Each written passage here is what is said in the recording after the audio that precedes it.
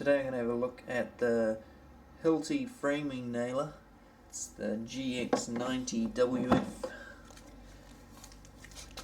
I've used just about every battery cordless Hilti tool around, and most of the corded ones as well.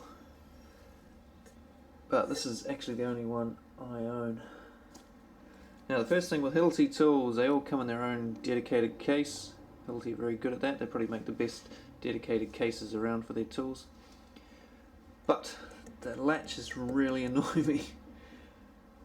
It's good that they put the model number on there, although most of the model numbers are so hard to bloody tell what it is that they're pretty much useless. But the most annoying thing is these latches flick down. Just about every other tool box I've ever seen, they flick up. So the amount of times I've pulled one of these cases out, had it up the wrong way and flipped it open and have everything fall out. I've almost gotten used to it, but yeah, it's a bit of a pain. Anyway. Rubberized handle on the tool. Who would have thought? Anyway, so inside the case, everything you need, except the nails. Like I said, Hilti are very good at having cases that hold everything. Everything's perfectly placed. They are the best at that. Now, with this kit you will of course get the nailer.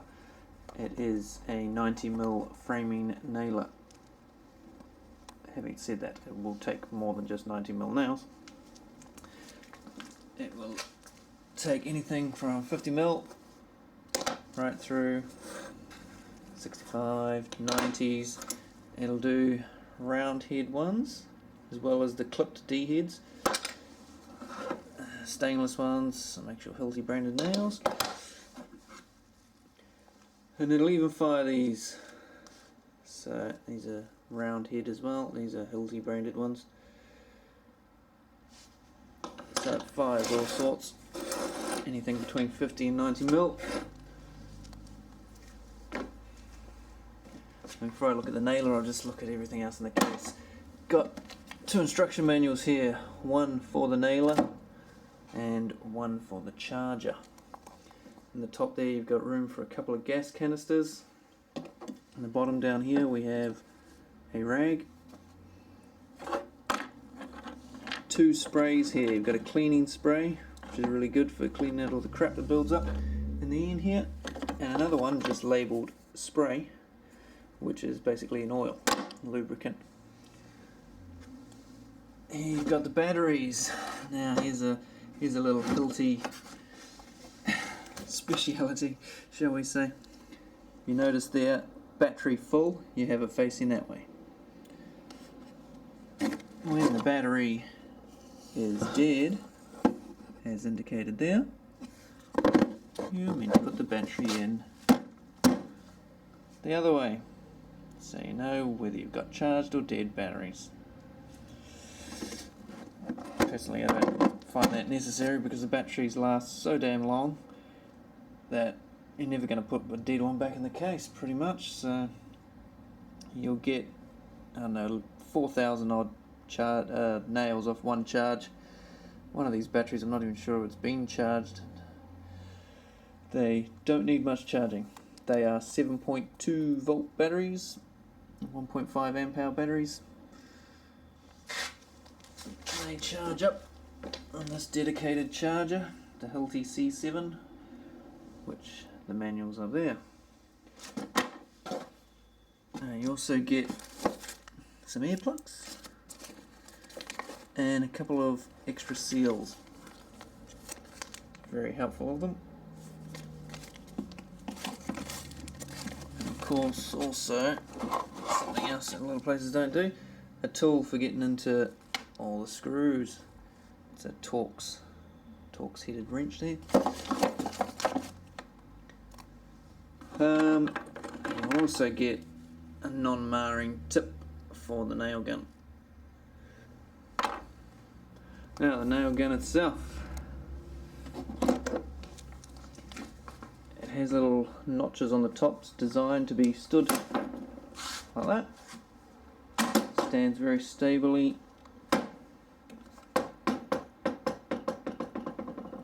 On the back like that, which is very good because my old Hitachi nailer, I had to build a little cradle for it to sit in. This one, I don't need it anymore. So the nailer itself, batteries easily clip on the back.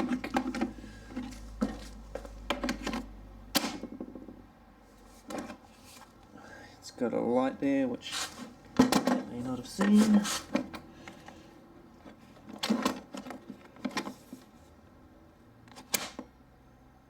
Green light, charging up, ready to take a shot. When it charges up with the gas in it, you'll hear the fan running. This light will flash and turn red if there's any problems or the battery's flat. Has a hook, rafter hook on the back here, just spring loaded, push in and twist. It's got a positive lock there, positive lock there.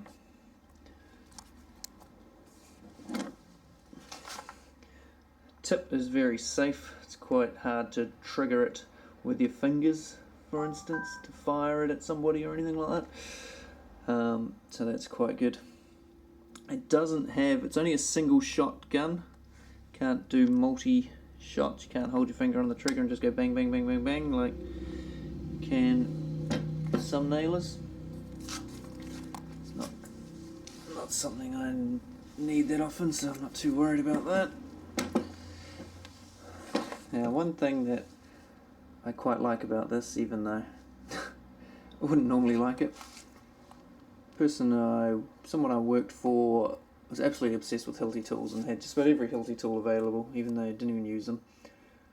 And he was always going on about how Hilti tools are the best because they're made in Germany or they're made in Switzerland.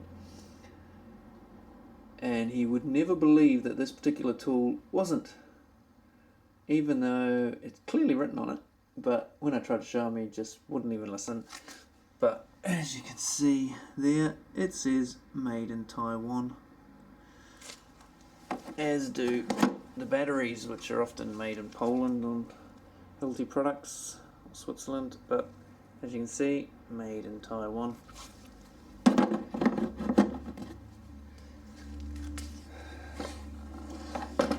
Now, some other things about this nailer. It's quite flimsy in this department, very flimsy. I don't particularly like how wobbly that is. I don't particularly like the way the gas goes in here, and every time it takes a shot this bit of plastic pops up in the air. Like so. Yeah, not going to do it because I haven't got any nails on it. Doesn't hold 2 strips of nails, which is annoying. It's about 8 nails short from holding 2 standard strips of pass-load nails, which is a bit of a bugger. Also, with the pass-load nails, I find the paper it's in a slightly different place to the Hilti nails. I haven't had a problem with the Hilti nails, but these ones seem to jam up a bit. The pass-load ones, they don't flow smoothly, and I have to keep manually pushing them down just so that I can fire the next nail, which is a bit of a pain. Also, a lot of crap builds up in the tip and it has to be cleaned quite regularly. Another problem with the pass load side of things, the gas cylinders for the pass load is supposed to all be the same, and it's meant to take them, but they don't quite fit as well and they tend to leak, which is very annoying because the Hilti gas canisters cost a fortune compared to all the other ones. But yeah, they don't quite seal properly inside. Just don't work the same. So I've taken to keeping these off the Hilti gas cylinders. So it's just fractionally different, and they get a better seal and they work a lot better, but they don't clip onto the top of the pass load ones quite as nice as they do on the Hilti, and can also cause it to leak. So that's a bit of a letdown. Overall,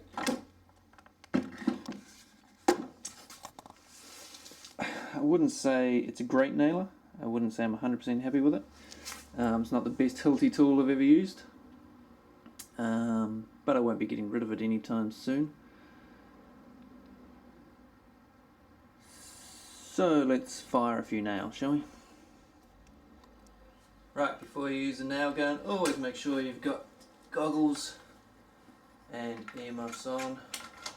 Particularly the goggles. Nails in. Gas.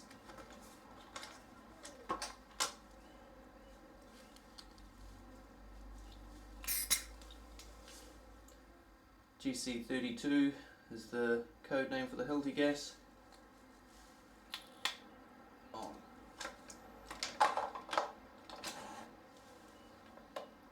In. Battery. Now when you depress them in, you'll hear the fan start up, the battery charging up. And often for me, it doesn't fire the first couple of times I pull the trigger. Let's see. Oh, it's going to work today.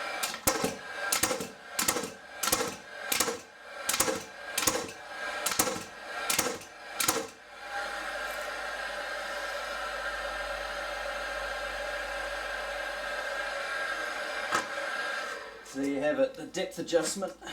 It's on the front here.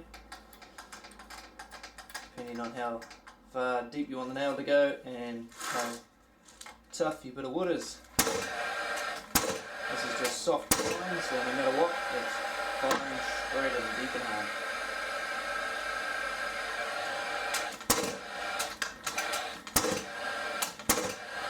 So I'm not going to unload a whole bloody gas cylinder or a whole battery and see how many nails it can do without jamming or anything like that.